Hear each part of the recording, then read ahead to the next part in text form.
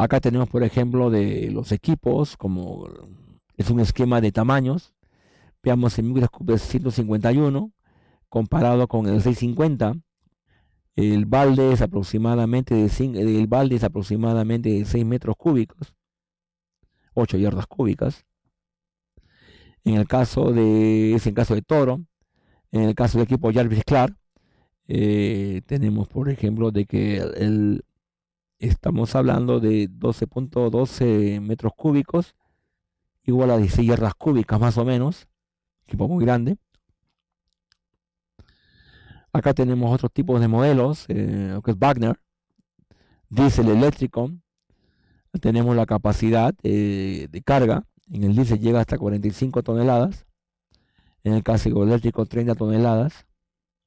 Como repito, la selección de los equipos va en función de lo que es el análisis costo-beneficio de combustible o energía eléctrica, ¿no es cierto? Y el tema de ventilación. Acá los diésel, en este caso, van desde 700 kilogramos, o sea, 0.7 toneladas, hasta 45 toneladas, y los eléctricos de 0.7 toneladas hasta 30 toneladas. Y van el tamaño, el ancho de balde, que se está en milímetros, o sea, casi el otro tiene 2.7 metros. En el caso del eléctrico, el de 30 toneladas, muy grandes, eso requiere aproximadamente secciones de 4x4. Y siempre tenemos la pregunta nuevamente, ¿no? Eléctrico o diésel. Una comparación que podemos hacer, lo mostramos en el siguiente cuadro. Vamos a comparar ambos. En cuanto a flexibilidad, el diésel son flexibles, fáciles de mover, no solo para cambiar el equipo de un nivel, sino para usarlo en otras actividades, como limpieza de calles y barro, ¿no? Como no son eléctricos, se pueden desplazarse sin límite, no están sujetos al cable eléctrico. En el caso eléctrico están limitados a la zona de producción. Se limita el acceso a zona de trabajo porque usan los cables que están pasando. Se limita el uso de las unidades a otras tareas, lo que es bueno, solamente se dedican a lo que tienen que hacer, porque unos usan el scoop para llevar materiales, hasta para llevar material o para llevar gente para reparar un cable eléctrico o una manga de ventilación, lo cual por seguridad no se debe de hacer. Reducción secundaria o voladura secundaria, se puede realizar reducción detrás de las máquinas. Se debe tener cuidado con los cables eléctricos en el caso del hecho eléctrico. Ventilación requiere de aire fresco en el frente. Recuerden que es 1 metro cúbico o 3 metros cúbicos por cada HP. En el caso eléctrico, se operan bajo mínimos requerimientos de aire. Se debe considerar el polvo. O sea, básicamente si hay mucho polvo, puede usar automatizado. Automatización, es posible optimizar sus equipos. No se pueden hacer conexiones con barreras de seguridad eléctricas, ¿no? En el caso eléctrico también es posible automatizar los equipos y se pueden hacer conexiones con barreras de seguridad eléctricas y la unidad que permite el apagado del equipo en condiciones de emergencia. Otros, en el HLA eléctrico, carga mejor, alta disponibilidad, menor costo de capital, silencioso, más frío. Si yo voy a tener un área sumamente automatizada, aparte de evaluar los costos de la energía, tanto eléctrica como combustible, el LHD eléctrico es muy importante solamente para el tema de cargueo y puedo automatizarlo. Puedo hacer a grandes distancias o justamente al costado del equipo. Consideraciones para elegir el tamaño del HD. En cuanto a estabilidad, el tamaño de la bola se determina por el área máxima que puede ser expuesta sin soporte, roca tipo 1 y 2, buena calidad, y durante la etapa de desarrollo. Se deben considerar las dimensiones según la legislación minera que se tiene en su país. Se debe considerar la ruta por la cual el equipo será introducido a la mina. El ingeniero de planeamiento deberá determinar la distancia máxima de recorrido del equipo, evaluando distancia, rendimiento versus capacidad de producción, tomando en cuenta toda la información técnica o información de equipos similares que trabajan en otras unidades. Otro punto es la geometría de la mineralización. Recomendaciones de diseño. El ancho de la área, ancho del equipo, mencionamos que era de 0.5, pero cuando son equipos como mínimo de este tipo y depende del tamaño, es 1.5 metros. La altura de la área, altura del equipo más 1.3 metros. El largo de la estocada, visera o centro de calle, es igual a la altura del túnel más largo de la máquina. El radio de curvatura para velocidades adecuadas es igual a 2.5 multiplicado por la radio de curvatura interno y el externo sobre 2. Acá tenemos un esquema en las cuales vemos un scoop, por ejemplo, ST1530. Vemos el radio de curvatura interna y externa en este punto, ¿no? Los radios de curvatura interna y externa, acá hasta el centro. Para esto es para los diseños de galerías. La altura máxima que se eleva con la cuchara, ¿no? Las dimensiones del equipo. Acá tenemos para este caso en metros cúbicos de 6.8 metros cúbicos. Tenemos el ancho de la cuchara 3 metros. Bueno, acá tenemos datos principales. Debemos contar con toda esta información para lo que es el diseño y hacer las simulaciones de transporte y de giro. También tenemos que tener en cuenta lo que corresponde a lo que es las pendientes, si son rampas que van a rampa positiva o negativa, ¿no? Rampa negativa cargado o rampa positiva cargado. Rampa negativa cargado en este caso sería conveniente porque hay mayor velocidad. Pero también cuidado, al tener cargado también puede haber problemas con los frenos muy importante en este caso. Disposición de un equipo LHD en el diseño y ángulo de una galería. Ejemplo, como podemos ver, acá tenemos un equipo que tiene un pequeño scope que tiene un radio de giro de 10 metros. El largo requerido es 11 metros desde el eje de la galería. A mayor ángulo de pilar, mayor y más ancho y para que haya un posible efecto de recuperación. Acá por ejemplo que tenemos el radio de curvatura, como tiene que ser mediante las tangentes de los ejes de diseño de la galería, ¿no? Esto va hasta un punto, o sea, un echadero, ¿no? Que está a 50 grados, miren. Cómo tenemos que diseñar para que el scoop no tenga ningún tipo de problemas. Este es en el caso de cuando tenemos que utilizar que es ese radio de curvatura 10 y 11 metros, ¿no? Como van los ejes en los cuales tienen que ser tangentes. Y este tramo tiene que ser descubierto. Acá tenemos unas dimensiones del HD para el diseño. Esto al momento de diseñar los ingenieros de planeamiento tienen que ver para que no exista ningún problema en el momento de que un scoop gire. Aparte de ello, si es scoop eléctricos tienen que usarse en los puntos de quiebre. Unos usan tradicionalmente troncos o en este caso postes de madera para que los cables no se dañen. Algunos usan con una especie de carretes que pasa en toda la zona, que cuando pasa el scoop con el cable eléctrico gira y no hay fricción, así fuera en el caso de un poste en el cual sí hay fricción, pero como es madera, a veces la llenan un poquito de grasa o aceite para que resbale fácilmente, ¿no?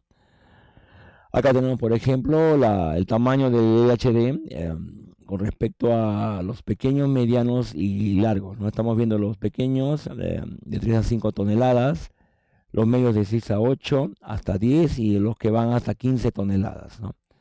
El radio de curvatura para uno pequeño, estamos hablando de 7 a 10 metros aproximadamente, para uno mediano hasta los de 12 a 15 metros y lo más grande es hasta 18 metros.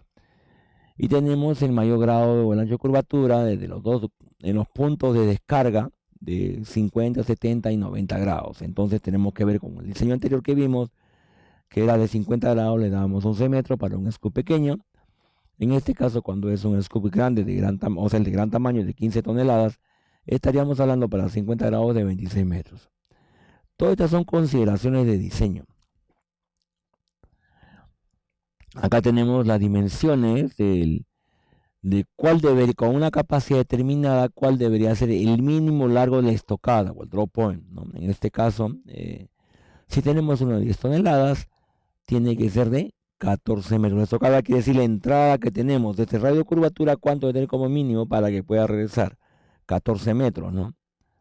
Acá incluso tenemos que ver los anchos.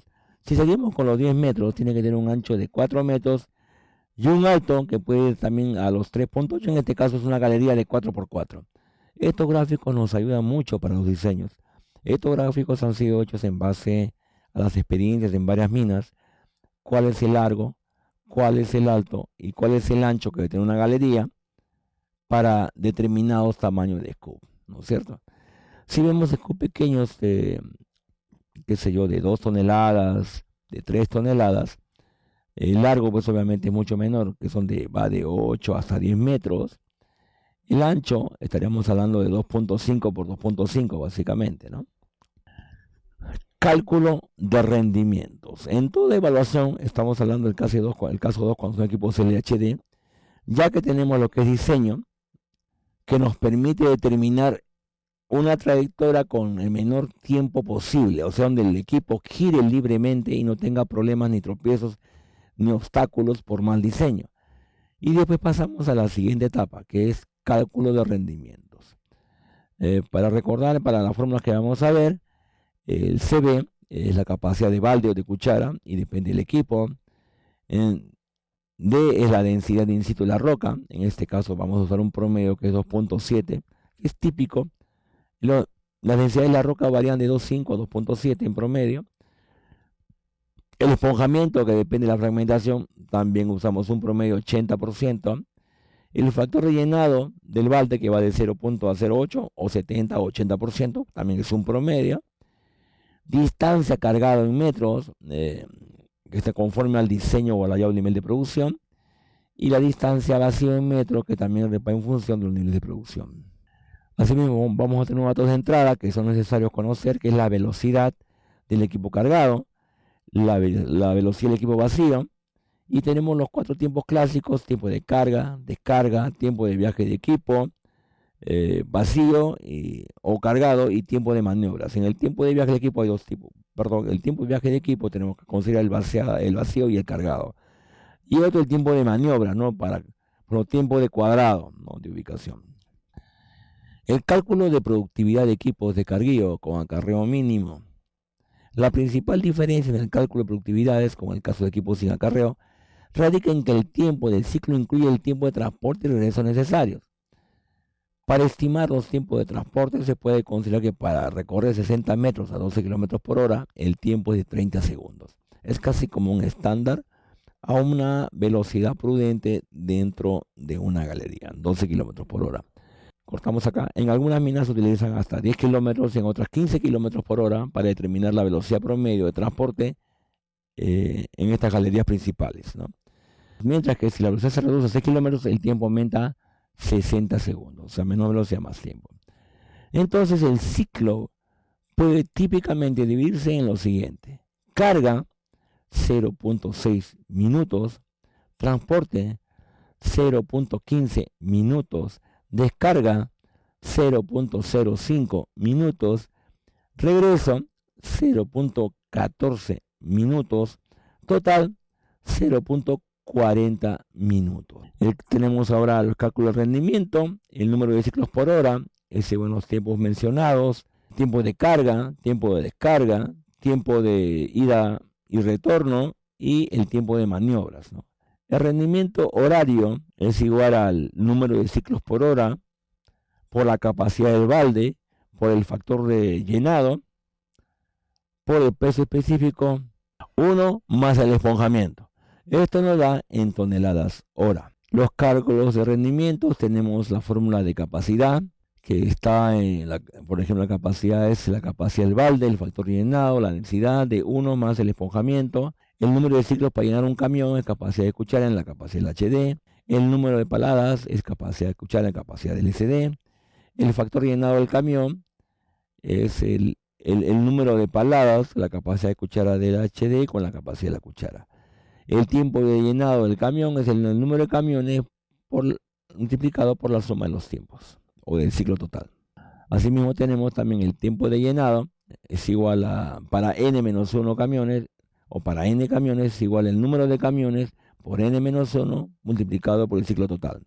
Si se requiere actuar al LHD o saco el matado, por lo tanto, n, que es el número de camiones para el equipo, es la capacidad del HD, ¿no? Multiplicado por las toneladas de llenado del camión, por la capacidad de cuchara, entre la capacidad de cuchara por el ciclo total, más 1. Como ya calculamos los rendimientos, ya sabemos la parte de definiciones o teórica, ahora vamos a ver lo mismo para el tema de costos de operación. Los costos de operación consideran el consumo de combustible y el consumo de insumos, cucharas, neumáticos, lubricantes, repuestos. Y va también el costo de adquisición, el costo del equipo, la vida útil del equipo, la depreciación del equipo y los seguros por el equipo.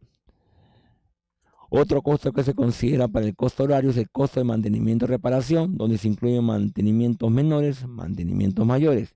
Y después viene el costo del operador, o sea, costo de mano de obra, donde para efectos de cálculo, en algunos casos se tiene el costo de operación eh, aparte, o sea, porque si puede ser un equipo alquilado, máquina seca solamente ponen el equipo, la empresa pone el operador. Generalmente lo que se estila es contratar el equipo con el operador. Entonces el coste de operación considera el coste de operación propiamente dicho, más el coste de mantenimiento más reparación, más el costo de mano de obra, ¿no? Operación de equipos LHD. Tenemos varios tipos de operación. El automatizado, donde toda la operación la realiza el software y el hardware. Semi-autónomo, el carril lo realiza el operador por telecomando, mientras que la ruta se hace en forma autónoma. El telecomando, toda la operación la realiza el operador desde una estación de control. Manual, un operador controla el equipo en todas sus labores, ¿no? Automatización de los LHDs. Existen líneas que buscan la alta productividad, creo que todas, ¿no? O tienen escasez de personal especializado, entonces, ¿qué buscan? Automatizar sus actividades subterráneas. En toda mina se busca la productividad y competencia, ejemplo, mina el teniente, Codelco, donde la automatización está basada en tecnología de punta, que se obtiene obtenido en otras áreas de ingeniería, robótica, para aquellas tareas repetitivas. Los equipos son operados desde una sala de comando por medio de software y hardware especializado. O sea, estamos a distancia, telecomando, en los cuales el operador opera el equipo no estando presente, sino a gran distancia. Está más bien en el área de pruebas las que se han realizado en algunos sectores de minas de la gran minería, como lo son el Teniente, Olympic Dam en Australia, el LKAB en Suecia. Por reducción secundaria y bolones, se ha optado por equipos semiautónomos en las operaciones. O sea, cuando hay una mala voladura, tener mucho cuidado, porque una mala operación indica que se desgaste las uñas del lampón y los sistemas hidráulicos, ¿no? El tiempo de ciclo puede ser alcanzado hasta un 30% menor, temas automatizados. El costo de adquisición de la automatización es de un 40% mayor a un manual. Un operador puede operar hasta 3 equipos con un cambio de turno de 5 minutos, o sea, se optimizan los tiempos de trabajo. Para ello, se requiere mano de obra especializada en el taller mecánico, también ingeniero eléctrico y electrónico. Los costos de servicio y piezas es menor en equipos semiautónomos.